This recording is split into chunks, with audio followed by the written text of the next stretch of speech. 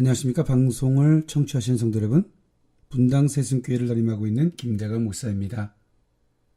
오늘은요, 예배의 대상 정말 하나님이십니까? 라는 주제로 은혜를 나눠보고자 합니다.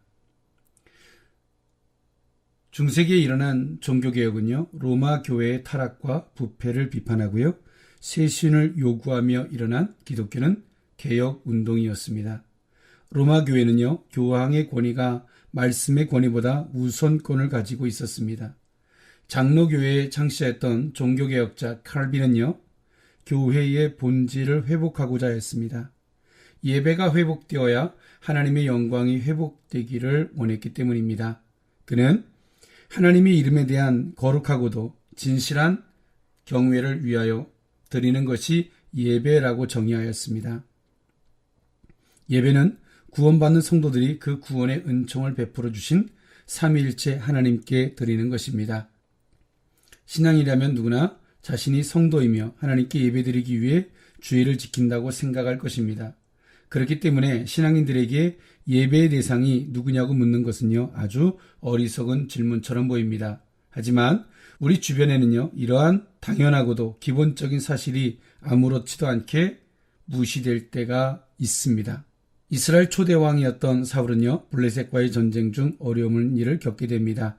백성들은요, 전쟁을 위해 길갈에 모였는데요, 그 자리에 오기로 한 사무엘이 약속 시간이 지나도 나타나지 않았기 때문입니다.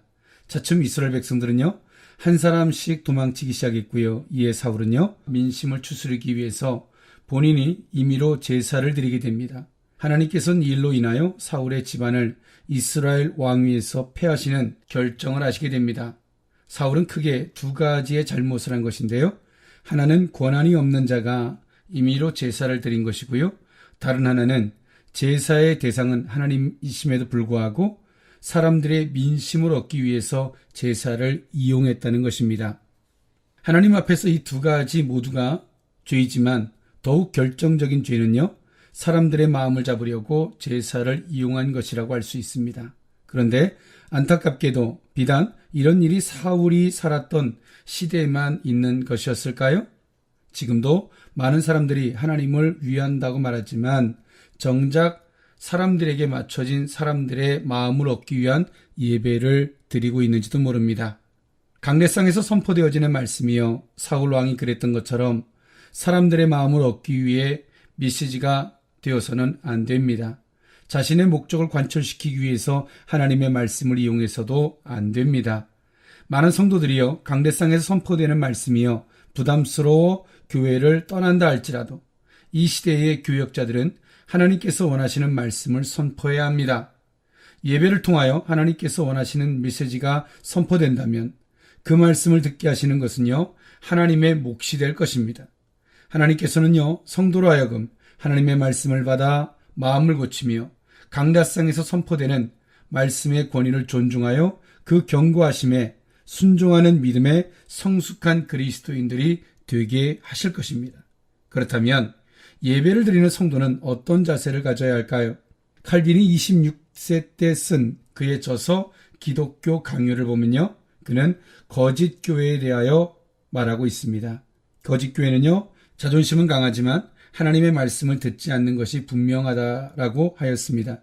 유대인들은요, 성전과 의식과 제사장들의 활동을 중요시하며 자랑스럽게 생각했지만 정작 복음은 거부하였습니다. 우리의 모습은 어떠한가요?